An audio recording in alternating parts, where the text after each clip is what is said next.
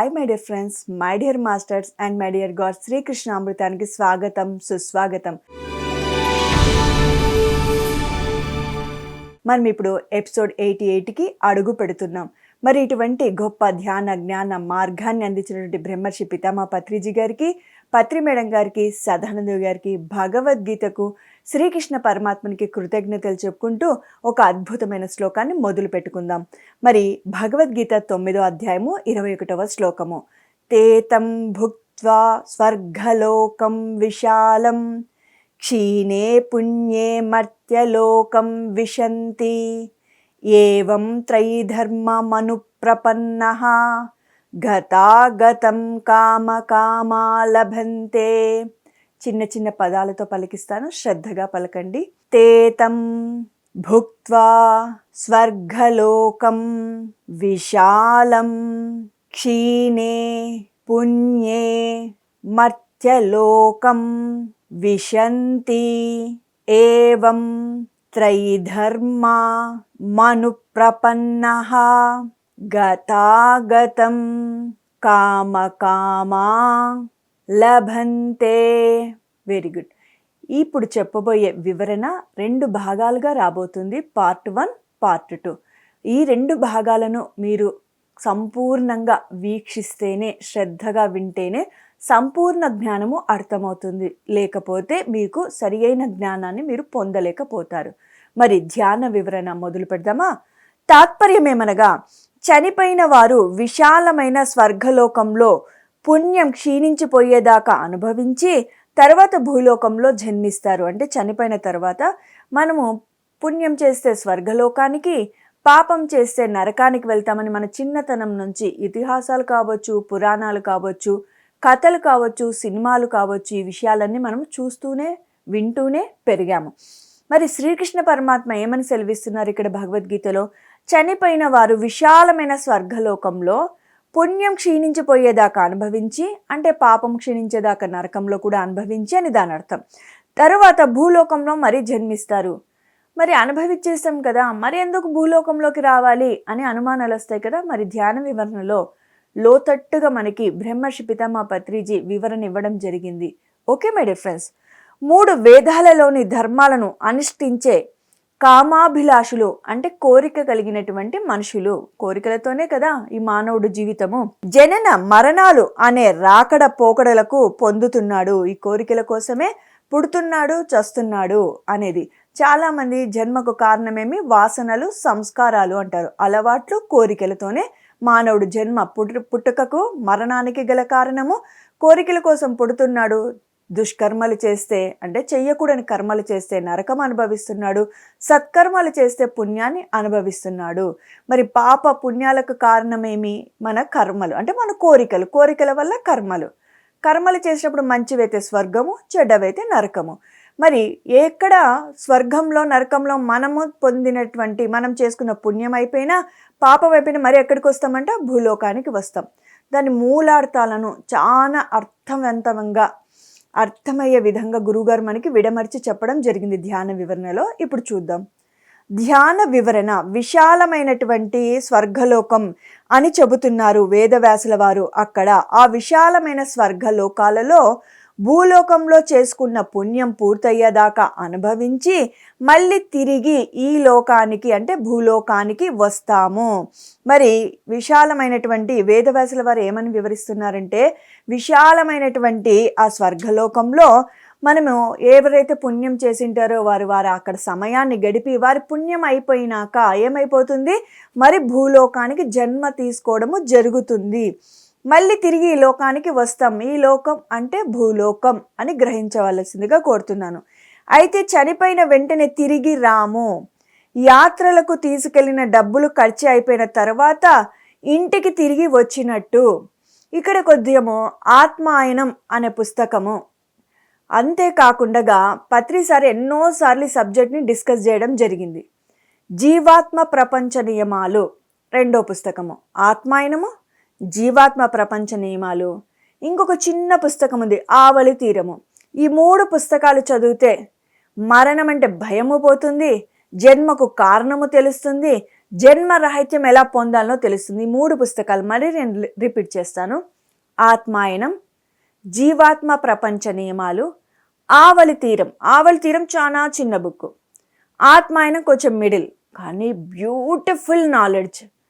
ఈ లోకాలు అంటే అధవ లోకాలు ఎలా ఉంటాయి, ఉత్తమ లోకాలు ఎలా ఉంటాయి, ఓకే, ఆ లోకాలు అంటే 14 లోకాలు ఎలా ఉంటాయని ఎక్స్ప్లెనేషన్ ఉంటుంది. అధవ లోకాల గురించి తెలుసుకుంటున్నప్పుడు భయభ్రాంతులం అవుతాము. ఏమాత్రం ఇంగితం ఉన్న బుద్ధి ఉన్నా ఎలా ప్రవర్తించాలి ఎలా ప్రవర్తించకూడదని తెలుసుకొని సరికాని విధానం నుంచి సరి అయిన విధానం వైపు అడుగులు వేస్తాము. ఓకే, ఆత్మాయనం అనే పుస్తకం చదివితే. మరి ఆ తరువాత పైన ఉన్నటువంటి ఉత్తమ లోకాలు భూలోకం, భూవర్లోకం, సువర్లోకం, జనాలోకం, అట్ ద సేమ్ టైం మరి మహాలోకం, తపలోకం, సత్యలోకం, ఇవి 7 పైన ఉన్నటువంటి ఉత్తమమైనటువంటి లోకాలు. మరి ఇప్పుడు మానవుడిగా ఉన్నావు కాబట్టి నీ స్టెప్ మెట్టు ఎక్కుకుంటే పోతావు. మరి ఆ మానవ జన్మలో చెయ్యకూడని నికృష్టమైన కర్మలు చేసి, చెయ్యకూడని దుష్కర్మలు చేసి ఎంతోమంది దుఃఖానికి, బాధకు, నరకానికి, అవమానాలకు మనము కారణం అయితే వారి బాధలకు, కష్టాలకు, కన్నీళ్లకు అధవ గతి తప్పదు. అధవ లోకాల్లో పడి నలగాల్సిందే. ఆ ఎక్స్ప్లెనేషన్ చూసినాక ఎవరు పాపం చేయడానికి జడ్చుకుంటారు. అందుకనే పత్రిసారు చదవమనడానికి కారణం ఏమంటే ఎన్నో విషయాలు మనం తెలుసుకుంటాము. విషయాలు తెలియకనే మనం ఇష్టం వచ్చినట్లు జీవిస్తున్నాం. మన కష్టాలకు, కన్నీళ్లకు ఎవరికి వారమే కారణం అవుతున్నాము. ఓకే, మరి ఆ ఉత్తమోత్తమ లోకాలు చదువుతున్నప్పుడు ఉత్తమ లోకాలు ఎలా ఉంటాయని ఎక్స్ప్లెనేషన్ మరణించిన తర్వాత ఆత్మ పైకి వెళ్ళినప్పుడు ఆ బ్యూటిఫుల్ ఎక్స్ప్లెనేషన్ ఉంటుంది. ఆత్మ ఎప్పుడైతే పైకి వెళ్తుందో వెంబడి తను జన్మ తీసుకోదు. వచ్చింటారు కదా, వచ్చిన ఆత్మకు చనిపోయాక పైకి వెళ్తారు కదా, రెస్ట్ ఇస్తారు. ఒక అద్భుతమైనటువంటి ఒక మంచి ఇల్లు అనుకోండి, బంగ్లా అనుకోండి, ఒక మంచి హోటల్ అనుకోండి, ఏదనుకుంటే ఆ ఆత్మ ఏ రుచితో, అభిరుచితో, కోరికతో ఉంటుందో అది అక్కడ ఆవిర్భవిస్తుంది. రెస్ట్ తీసుకోమని ఎవరు చెప్తారు? తినితో ఉన్నటువంటి 2 గైడెడ్ మాస్టర్లు. ఎప్పుడు చెప్పుకున్నాం, మనం ఏమని చెప్పుకున్నాము, మరి చనిపోయినాక సినిమాలలో చూపిస్తారు 2 దేవదూతలు ఆరు లేకపోతే నరకం నుంచి వచ్చినట్టు యమదూతలు. మనం పాపాలు చేసితే మన కళ్ళకు వాళ్ళు యమదూతల్లాగా కనిపిస్తారు, మనం పుణ్యాలు చేసితే వాళ్ళు దేవదూతల్లాగా కనిపిస్తారు. అది మనము తెలుసుకోవాల్సిన విషయం. ఎప్పుడు మనకి గైడెడ్ మాస్టర్స్ మనతో పాటు ప్రయాణం ఉంటుందో తెలుసా?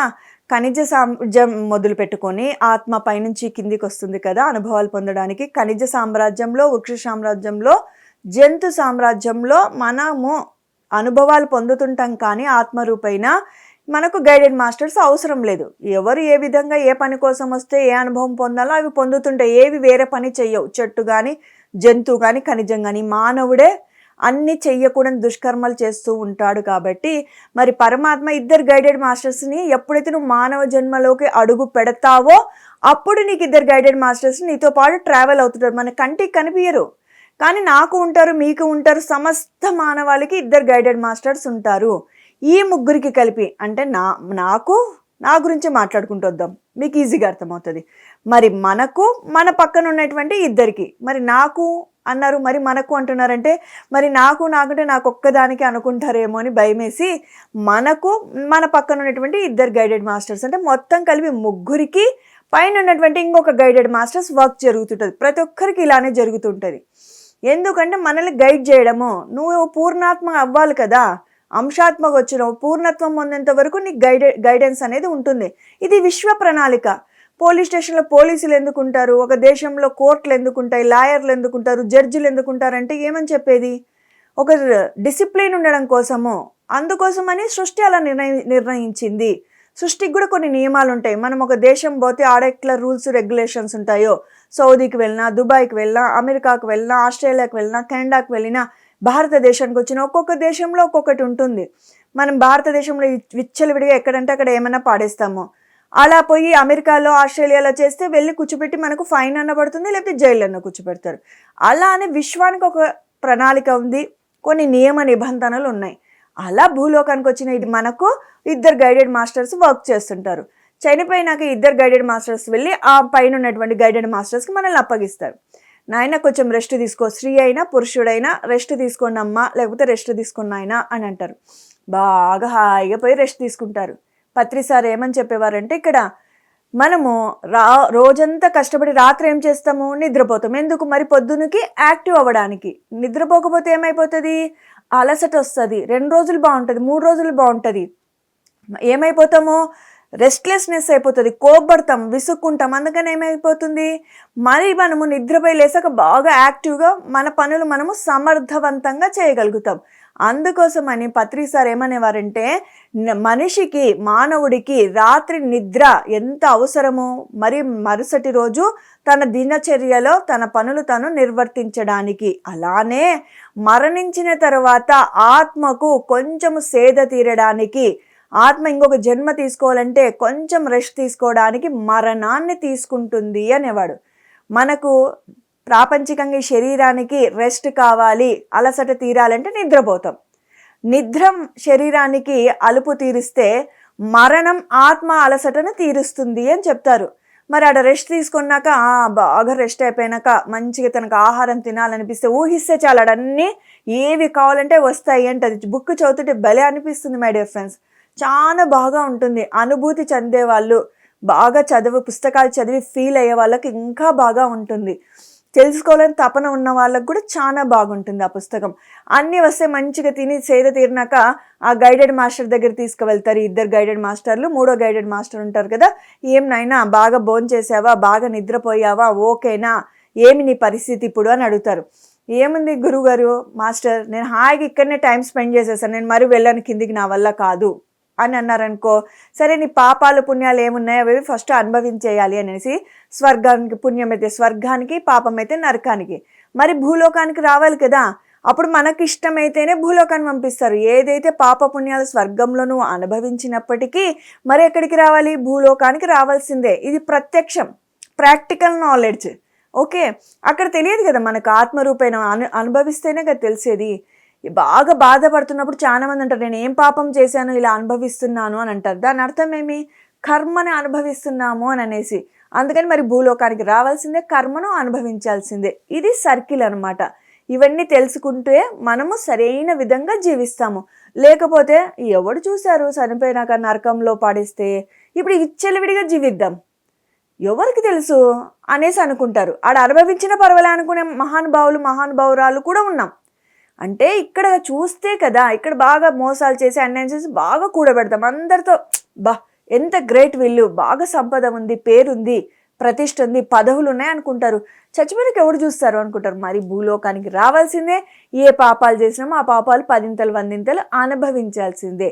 మరి సబ్జెక్ట్లోకి వెళ్ళిపోదామా? ఒక లైట్గా ఒక ఐడియా వస్తుంది అనేసి చెబుతున్నా. మరి మీరు పార్ట్ 2 కూడా చూడాలి కదా, ఈ ఇన్ఫర్మేషన్ తెలిస్తేనే కదా మీరు చూసేది. ఓకే, మళ్ళీ తిరిగి ఈ లోకానికి వస్తాము. ఈ లోకం అంటే భూలోకానికి. అయితే చనిపోయిన వెంటనే తిరిగి రాము. యాత్రలకు తీసుకెళ్లిన డబ్బులు ఖర్చు అయిపోయిన తర్వాత ఇంటికి తిరిగి వచ్చినట్లు. ఎంత బ్యూటిఫుల్ ఎక్స్ప్లెనేషన్ చూడండి. చేసుకున్న పుణ్యం కాస్త స్వర్గలోకంలో ఖర్చు పెట్టుకున్న తర్వాత అప్పుడు తిరిగి భూలోకానికి వస్తాము. పాపం కానీ పుణ్యం కానీ, పుణ్యమైతే స్వర్గంలో, పాపమైతే నరకంలో ఖర్చు అయిపోయినాక మరి భూలోకానికి అడుగు పెడతాం. ఎన్నో లోకాలు ఉన్నాయి చెప్పుకున్నాం కదా, 14 లోకాలు ఉన్నాయి. మరి అధవ లోకాలు కాకుండా ఇప్పుడు ఉన్నత లోకాల గురించి ఆలోచిస్తున్నాం. మన జర్నీ ఇక్కడి నుంచి ఇక్కడికి కదా రేపు పోయేది. మనం చనిపోయాక జనాలోకాల్లో పోయి పడి పుణ్యాన్ని బట్టి స్వర్గలోకం, పాపాన్ని బట్టి నరకం. పాప పుణ్యాలు 2 చేసింటాం, రెండిటిని మనం వెళ్ళి టేస్ట్ చేస్తాం, అనుభవిస్తాం. భువర్లోకం, సువర్లోకం, జనాలోకం, మహాలోకం, తపోలోకం. ఓకే, ఇవన్నీ మనము సత్యలోకం. నెక్స్ట్ చివరిది 7వదేమి సత్యలోకం. భూలోకం, భువర్లోకం, సువర్లోకం, జనాలోకం. జనాలోకం పైన ఏముంటుంది? మహాలోకం. మహాలోకం పైన తపోలోకం, ఆ పైన సత్యలోకం ఉంటుంది. ఏం మై డియర్ ఫ్రెండ్స్, దేనికోసం ఈ భూలోకంలో మళ్ళీ జన్మలు తీసుకుంటున్నాం అంటే అనేక రకాల ధర్మాలు ఉన్నాయి. మరి భూలోకానికి ఎందుకు రావాలి అంటే ఏమయ్యా ధర్మాలు అంటే శారీరక ధర్మం, సంఘ ధర్మం, ఆత్మధర్మం అని 3 విధ ధర్మాలు ఉన్నాయి. ఏమి ధర్మాల? 3. 1 శారీరక ధర్మం, 2 సంఘ ధర్మం, 3 ఆత్మధర్మము. దీనినే త్రివిధ ధర్మాలు అని అంటారు. ప్రతి ఆత్మ ఏ ధర్మాలు అనుభవించే తన యొక్క బాధ్యతలు ఏమున్నాయి? 3 రకాల ధర్మాలు, శరీర ధర్మం, సంఘ ధర్మం, ఆత్మధర్మాలు ఉన్నాయి. భౌతిక శరీరం కోసం నిర్వర్తించవలసిన కార్యక్రమాలు ఉంటాయి, అవి శరీర ధర్మం కిందికి వస్తాయి. భౌతిక శరీరం కోసం నిర్వర్తించవలసిన కార్యక్రమాలు అంటే మీకు తెలిసినటివే. చక్కగా మన శరీరాన్ని శుభ్రంగా పెట్టుకోవడం, ఆకలి అవుతుంది కదా, దీనికి దాహం వేస్తుంది కదా, దీనికి కావాల్సినటువంటివి ఇవ్వడం, ఎండగా ఉంది చక్కగా ఏసీ వేసి పెట్టడం, ఏదో రకరకాలు చూసింది అవి కొని పెట్టడం, అంటే ఈ శరీరానికి ఉన్నటువంటి ఈ ఆనందాన్ని, మంచి మంచి వస్త్రాలు కొనాలనుకుంది వేసుకోవడం, శరీరానికే కదా సుఖం అంతా. మంచిగా ఈ పట్టు చీరలు వద్దు, మంచి కాటన్ శారీ కట్టుకుందాం, బాగా ఉంటుంది, హాయిగా ఉంటుంది. ఓకే, మరి శరీరానికి కావాల్సిన సుఖమే కదా, అలా అనమాట. శరీరం ఏం కోరితే అది. భౌతిక శరీరం కోసం నిర్వర్తించవలసిన కార్యక్రమాలు ఉంటాయి. తినాలేటి కావచ్చు, తాగాలనిపించడం కావచ్చు, సుఖంగా జీవించాలనేది కావచ్చు, ఇవి శరీర ధర్మం కిందికి వస్తాయి. ఏ కుటుంబంలో పుడతామో ఆ కుటుంబాన్ని చూసుకోవాలి, అది కుటుంబ ధర్మం. సంఘ ధర్మం, కుటుంబ ధర్మం రెండు మిళితమై ఉంటాయి, వేరువేరుగా చూడాల్సిన అవసరం లేదు అని ఇడ శ్రీకృష్ణ పరమాత్మ భగవద్గీతలో ఇచ్చాడు. కుటుంబం వేరు, సంఘం వేరు కాదు. ఏ కుటుంబంలో పుడతామో ఆ కుటుంబాన్ని చూసుకోవాలి, అది కుటుంబ ధర్మం. నేను చక్కగా ఒక శ్రీమూర్తిగా పుట్టాను, అమ్మ నాన్న దగ్గర పెరిగాను, చదువుకున్నాను, వివాహం చేశారు, నేను నా అత్తగారి ఇంటికి వెళ్ళాను, అక్కడ వెళ్ళి నేను ఏ పని చెయ్యను, నేను ఎవరిని చూసుకోను, నా భర్తని సరిగా చూసుకోను, నా పిల్లల్ని చూసుకోను, నా అత్తగారిని చూసుకోను అంటే సరిపోతుందా? అది కుటుంబ ధర్మం నిర్వర్తించినట్లవుతుందా? కన్న పిల్లల్ని అలా రోడ్డుకి వదిలేసి నేను కిట్టి పార్టీస్ అని తిరుగుతాను, సినిమాలను తిరుగుతాను, షికార్లను తిరుగుతాను, షాపింగ్లు చేస్తాను, టూర్లు తిరుగుతాను అంటే అది కుటుంబ ధర్మం నిర్వర్తించినట్లవుతుందా? కాదు. ఒకవేళ పురుషుడు తీసుకుందాం, విచ్చలవిడిగా తిరుగుతుంటాడు అనుకుందాం, అల్లారు ముద్దుగా పెరిగాడు, విచ్చలవిడిగా తిరుగుతుంటాడు. చాలామంది అప్పుడు ఏమంటారు, వీడికి పెళ్లి చేస్తే కానీ బాధ్యతలు తెలియవు అంటారు. అలా అని పెళ్లి చేస్తారు. అదే అలవాటు ఉండి సమయానికి ఇంటికి రాక, భార్యని పట్టించుకోక, ఎప్పుడో ఒకసారి చుట్టపు రూపంలో వచ్చి తనతో భోగత్వం పొంది బిడ్డల్ని కని వారిని చూసుకోక వాళ్ళని గాలికి పెంచి వదిలేస్తే అది కుటుంబ ధర్మం నెరవేర్తించినట్లవుతుందా? కుటుంబ ధర్మం అంటే స్త్రీ అయినా పురుషుడైనా పిల్లలైనా ఏం చేయాలి? ఆ జన్మకు గల సార్థకత ఆ కుటుంబంలో తమ బాధ్యతల్ని తాము నిర్వర్తించాలి. పురుషుడైతే చక్కగా తను భార్యని, పిల్లల్ని, అమ్మ నాన్నను, తన తోబుట్టువుల్ని అంటే రక్త సంబంధికులని, ఎస్పెషల్ ఎవరిని చూసుకుని ఎవరు చూసుకోకపోయినా భగవద్గీత చెప్పేది మనల్ని కన్న తల్లిదండ్రుల్ని, భార్యని, పిల్లల్ని, వీళ్ళ మనం మెయిన్ రెస్పాన్సిబిలిటీ. తోబుట్టువులు అంటారు, వారికి ఒక పరివారం ఉంటుంది, నువ్వు చూసుకున్నా చూసుకోకపోయినా నడిచిపోతుంది. మరి పెళ్ళికి వివాహం ముందు నీ చెల్లిలో ఉంటే ఏం చేయాలి? నీ బాధ్యత, నీ కడుపులో పుట్టినంత బిడ్డగా చూసుకోవాలి. వివాహం అయిపోయినాక తన అవసరాలకు అంటే ఒక ఫంక్షనో, ఏదైనా రాఖీనో, ఏదో నాగల్చోతో ఆడబిడ్డను పిలుచుకోవడమో అలాంటివే ఉంటాయి. కానీ అయ్యో నేను వాళ్ళ ఇంటికి వెళ్ళాలి, అమ్మాయిని వాళ్ళ ఇంట్లో నుంచి పంపించే అంటే భర్తను వదిలేసినా నా దగ్గరికి రామ్మా, నేను నిన్ను చూసుకుంటానంటే అది మరీ తప్పు అవుతుంది. ఇవన్నీ సూక్ష్మాతి సూక్ష్మంగా ఉంటాయి. ఎవరు ఎంతలో ఏముండాలో చూసుకోవాలి అనేది భగవద్గీత నేర్పిస్తుంది. ఓకే మాస్టర్స్, మరి తల్లిదండ్రులని, భార్యని, పిల్లల్ని చూసుకోవడం పురుషుడి ధర్మం. బయటికి వెళ్ళి ఒక జాబ్ చేయడము పురుషుని ధర్మం. అట్ ది సేమ్ టైం స్త్రీ ఏం చేయాలి? వివాహం అయింది, అత్తగారింటికి వచ్చావు, చక్కగా ఎలా ఉండాలి? నీ అత్తగారిని, మామగారిని, భర్తని, పిల్లల్ని ఏం చేయాలి? చక్కగా నీ యొక్క బాధ్యతలు నిర్వర్తించాలి. మేము ఉద్యోగం కూడా చేస్తున్నాము అంటే ఉద్యోగ ధర్మం చేస్తూ నీ కుటుంబ ధర్మాన్ని కూడా నిర్వర్తించాలి. చాలామంది ఇప్పుడు పెద్ద ఫిర్యాదు చేస్తారు, మేము రెండు చేయాలనా అని. భార్య భర్తలు ఇద్దరు ఏం చెప్తున్నారు? షేర్ చేసుకోవాలి. కొద్ది డబ్బును పని వాళ్ళకు పెట్టుకొని గొడవలు లేకుండగా, బాధలు లేకుండగా మనసు పెడితే సమస్యలు ఏవి భూతద్దంలో పెట్టినట్టు పెద్దగా చూసుకోకూడదు. ఈ సమస్య నుంచి ఎలా బయటపడాలని ఆలోచించాలి. కానీ ఇటు స్త్రీ కావచ్చు, ఇటు పురుషుడు కానీ నేను తగ్గనని కూర్చోరాదు. కుటుంబ ధర్మం నిర్వర్తించాలంటే మరి ఏముండాలి? ఎవరికి వారికి కాస్తన్న ఇంగిత జ్ఞానం, ఆత్మ జ్ఞానం అనేది ఉంటే ఎవరు వారి బాధ్యతలను వాళ్ళు చక్కగా నిర్వర్తిస్తే ఎక్కడ గొడవలు ఉండవు, మనస్పర్ధలు ఉండవు, విడాకులు ఉండవు. ఎందుకంటే ఇప్పుడు బయట ప్రపంచం అంతా ఇలా దుఃఖంతోనో బాధతోనో తిరుగుతుంది. గొడవలు, పంచాయతీలు, ఎవరికి మనశ్శాంతి లేదు, ఎంత సంపాదించినా మనశ్శాంతి లేదు. ఎందుకు? ఆత్మజ్ఞానము లేకనే. తల్లిదండ్రులకు ఉంటే పిల్లలకి చెప్పేవారు, తల్లిదండ్రులకు లేదు. పోనీ ఇది ఏ జన్మ పుణ్యమో మనకి ఒక గురువు దొరికాడు, ఆయన చెబుతున్నాడు, మనం వింటున్నామా? వినడం లేదు. ఎవరికి నష్టము? మనకే నష్టము. మరి ఏ జన్మ పుణ్యఫలమో ఏదో ఒక మంచి మాట చెవులో పడుతుందంటే కొద్దిగా శ్రద్ధతో వింటే మన జీవితాన్ని సరి చేసుకునే ఒక గొప్ప అవకాశం మనకి దొరుకుతుంది. మరి ఏ సంఘంలో పెరుగుతామో ఆ సంఘాన్ని చూసుకోవాలి, అది సంఘ ధర్మం. మరి ఏ సంఘంలో అయితే పుడతామో ఆ సంఘాన్ని చూసుకోవాలి.